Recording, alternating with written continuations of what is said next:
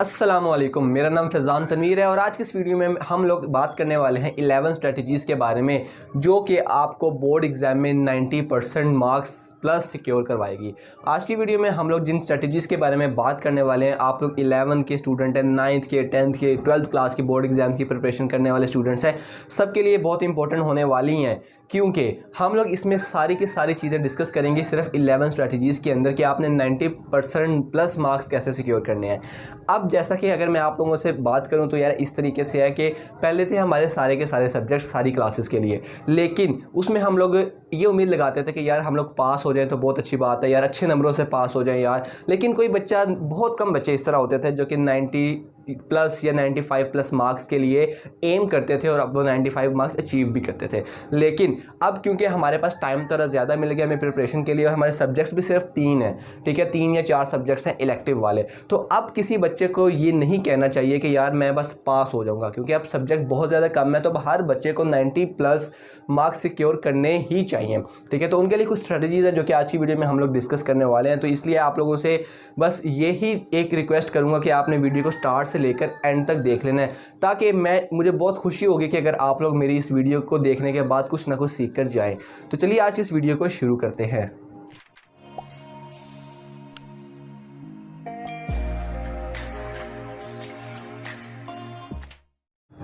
जी, तो जो पहली चीज़ है वो ये है कि आपने अपने पिछले वाले वर्जन से हमेशा आगे इंप्रूव करते रहना है। अगर आप लोग बोर्ड एग्जाम्स की प्रिपरेशन किसी भी सेंटर से कर रहे हैं, किसी इंस्टीट्यूट से कर रहे हैं या आप लोग घर में पढ़ रहे हैं, आप लोग एक दिन जो टेस्ट देते हैं आपने कोशिश करनी है कि आप उससे अगला टेस्ट पुराने वाले से बेहतर करें। तो अपने आप को डे बाय डे इंप्रूव करते रहना है, अपने आप को चैलेंजेस देते रहना है कि यार मैंने पहले मार्क्स लिए थे, 75% मार्क्स मेरे पिछले टेस्ट में आए थे, अब मैंने उसको 80% पर लेके जाना है, मैंने उसको 90% पर लेके जाना है। थोड़ा थोड़ा करके अपने जो चैलेंजेस है उसको बढ़ाएं और उसको अचीव करने की बिल्कुल 100% दिल से ऑनेस्टली आप लोगों ने कोशिश करनी है। जो अगली चीज़ है वो ये है कि आप लोगों ने अपने बोर्ड एग्जाम्स की प्रिपरेशन में आप लोगों ने ज़्यादा सारे मटेरियल को फॉलो नहीं करना। आपने अपनी बुक और साथ कोई एक नोट, बच्चे इस तरह करते हैं कि बुक को साथ साथ रखते हैं लेकिन 3-4 कंपनीज़ के अलग अलग नोट्स खरीद लाते हैं जिसमें हर एक वर्डिंग अलग अलग होती है।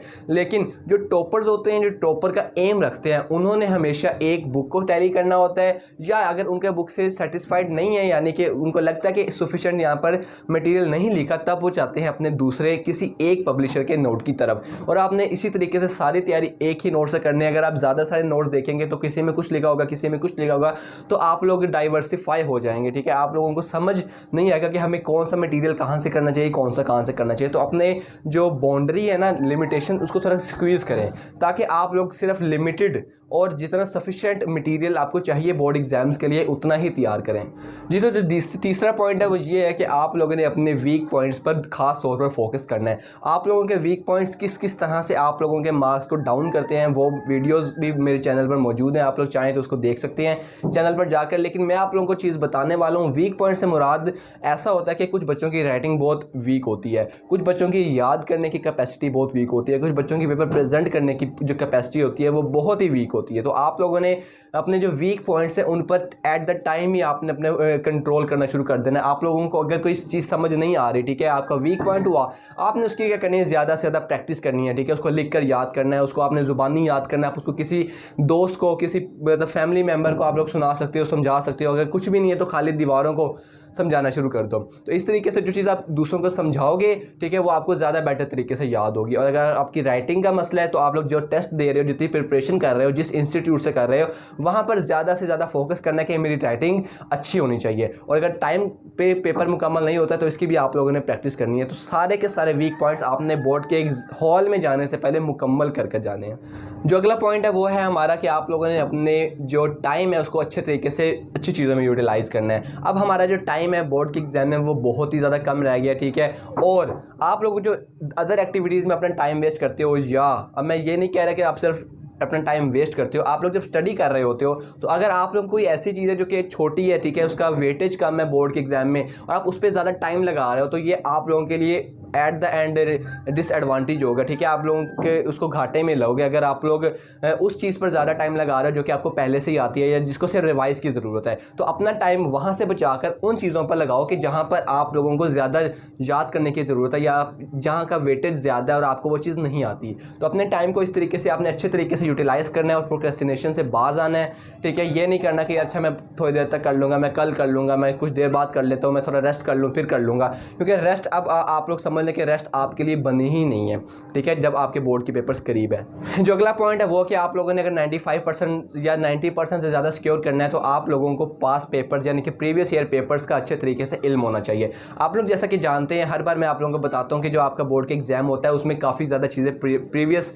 ईयर से आई गई होती हैं। तो आप लोगों ने अपनी बुक की तैयारी के साथ साथ प्रीवियस जो ईयर क्वेश्चन हैं उनको भी अच्छे तरीके से तैयार करना है। अलग अलग ईयर के अलग अलग आप लोग शिफ्ट के निकाल सकते हैं, मॉर्निंग के इवनिंग के निकाल कर उससे तैयारी करें। आपको ये होना चाहिए कि यार जो बोर्ड में आए हुए हैं ना पहले वाले, वो मुझे अच्छे तरीके से आते हैं, जो नहीं आते उनको याद करें, ठीक है। तो इस तरीके से आपने अपनी तैयारी को स्ट्रॉन्ग करते जाना है, वो भी अपने पास पेपर्स को फॉलो करके। कोई मसला नहीं है अगर आप लोग नहीं खरीद सकते पास पेपर बाहर से, आप लोग ऑनलाइन आप लोग यूट्यूब पर भी देख सकते हैं, आप लोग अपने गूगल से भी डाउनलोड कर सकते हैं। इसके अलावा प्ले स्टोर पर भी पास पेपर्स की आप जिस क्लास में वो लिखें और आपको पास पेपर जो है वो मिल जाएंगे। तो आप लोगों ने इस तरीके से करना है कि अपने पास पेपर्स यानी कि प्रीवियस ईयर क्वेश्चंस को अच्छे तरीके से तैयार करके जाना है। जो अगली चीज़ जो आप लोगों ने करनी है वो ये है कि आप लोग 90% मार्क्स अगर घर से तैयार करके गए हैं, ठीक है, लेकिन अगर आप उसको बोर्ड के एग्जाम में बैठे हुए अपने पेपर पर दिखा नहीं सकते तो उसका कोई फ़ायदा नहीं। तो आप लोगों ने अगर 90% से ज़्यादा सिक्योर करना है तो आपको एक्यूरेट आंसर लिखने आने चाहिए, परफेक्ट आंसर लिखने आने चाहिए, टाइम मैनेजमेंट आनी चाहिए कि किस तरीके से हमने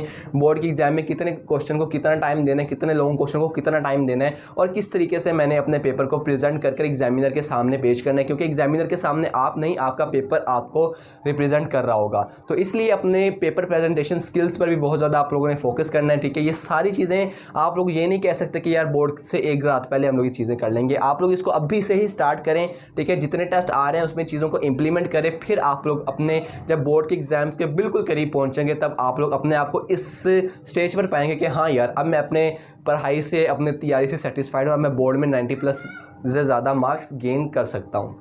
जो अगली चीज़ है वो ये है कि आप लोगों ने जब अगले दिन आपका एग्ज़ाम होगा तो उससे पिछली रात कुछ बच्चे होते हैं जो कि दड़ रट्टा लगाते जा रहे हैं, ठीक है। इस तरह क्या होगा कि उनको एक स्ट्रेस उनके दिमाग में क्रिएट होगा और जब वो बोर्ड के में पेपर देने जाएंगे तो उनको वो सारी चीज़ भूल गई होगी। तो इससे बेहतर ये है कि जब रात हो, ठीक है, रात से पहले तो आप लोग सारा अपना रिवाइज़ करें, लेकिन जब रात हो तो आपने अच्छे तरीके से सो जाना है, ठीक है। आप लोगों ने बिल्कुल कोई टेंशन नहीं लेनी कि मेरा कल पेपर है, और आप लोगों ने अच्छी सी स्लीप लेनी है। उसके बाद आप लोगों ने जब सुबह उठना है, ठीक है, सुबह उठने के बाद आपने दोबारा से अगर आपका पेपर मॉर्निंग टाइम है तो थोड़ा जल्दी उठकर आपने अपना रिवाइज़ करना शुरू करना है। अगर आपका इवनिंग शिफ्ट में है तो आप लोगों को काफ़ी ज़्यादा टाइम मिल जाएगा अपने सिलेबस को रिवाइज़ करने में, ठीक है। तो आपने रिवीजन जितनी ज़्यादा करेंगे उतनी ज़्यादा आप लोगों को आसानी होगी अपने बोर्ड के एग्ज़ाम्स के अंदर।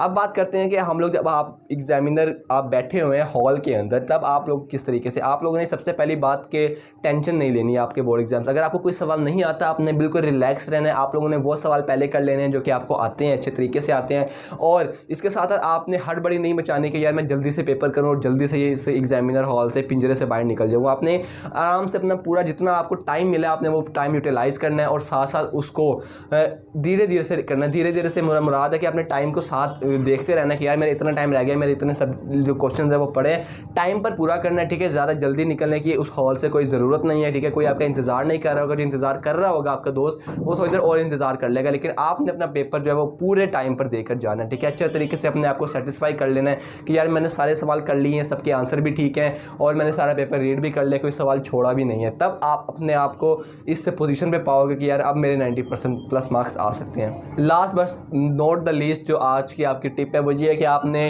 अपने आज से ही अपनी जो सोशल एक्टिविटीज़ है उनको मिनिमाइज़ या रिड्यूस करना शुरू कर देना। मैं ये बिल्कुल नहीं कह रहा कि आप लोग एक दिन में अपने इंस्टाग्राम, फेसबुक, व्हाट्सएप सबको डिलीट करके एक कोने में बैठ जाओ, ऐसा आप लोग कर ही नहीं पाओगे, ठीक है, ये गारंटी देता हूँ मैं। तो आप लोगों ने अपने आहिस्ता आहिस्ता करके अपने इन सोशल एक्टिविटीज़ को मिनिमाइज़ करना शुरू कर देना है। एक दिन आप थोड़े टाइम चलाओ, अगले दिन उससे थोड़ा टाइम करते करते जब आपका बोर्ड के पेपर बिल्कुल आप कह दो कि 1-2 फुट पे आप लोग पहुँच जाएंगे तब आप लोगों ने बिल्कुल ख़त्म करना, ठीक है। एकदम ख़त्म करने बैठोगे ख़त्म नहीं होगा। आप लोगों ने धीरे धीरे कर कर अपने इन सोशल एक्टिविटीज़ को, कहीं दोस्त बाहर बुलाते हैं कि चलो यार खाने चलते हैं, आज चलो घूमने चलते हैं, उन सबको कह देना कि भाई मैं नहीं जा सकता, कोई बहाना लगा दो, ठीक है, या ये सिंपल उनके मुंह पे कह दो कि भाई मैंने पढ़ना है, मैं नहीं जा रहा, ठीक है। तो आप लोगों ने आदत डाल लेनी है नो कहने की, ठीक है। और आप लोगों ने अपना जो फोकस है वो सिर्फ स्टडीज़ की तरफ ज़्यादा रखना है, ठीक है। तो आज की वीडियो में अगर आप लोगों को ये वीडियो पसंद आई है तो इस वीडियो को लाइक आप लोगों ने लाजमी से करना है। अगर आप लोगों के माइंड में और भी पॉइंट्स है तो आप लोग कमेंट सेक्शन में बता सकते हैं, ठीक है, उनको भी अगली वीडियोज़ में मेंशन किया जाएगा। इसके अलावा आप लोगों के लिए इस चैनल पर काफ़ी ज़्यादा मटेरियल मैंने रख दिया हुआ है, ठीक है। आप लोग बाकी वीडियोज़ को भी देखें, वो भी आपके बोर्ड एग्जाम्स के लिए आपको हेल्प करेंगे इंशाल्लाह। और आप लोगों ने चैनल को सब्सक्राइब कर लेना है, नीचे करके सब्सक्राइब बटन आपको आ रहा होगा, उस पर क्लिक कर सब्सक्राइब कर लेना है और साथ बेल आइकन को ऑल पर क्लिक कर देना है ताकि फ्यूचर में आने वाली वीडियोस की नोटिफिकेशन आप लोगों को मिल सके। इसके साथ साथ आप लोगों ने अपने दोस्तों के साथ लाजमी से चीज़ों को शेयर करना है। अपने छोटे बहन भाई जिनके बोर्ड के एग्जाम्स हैं उनको लाजमी से आप लोगों ने शेयर करना है। अपना बहुत सा ख्याल रखें, दुआ में याद रखें। फिजान तनवीर को इजाज़त दे, सी या टेक केयर, अल्लाह हाफिज़।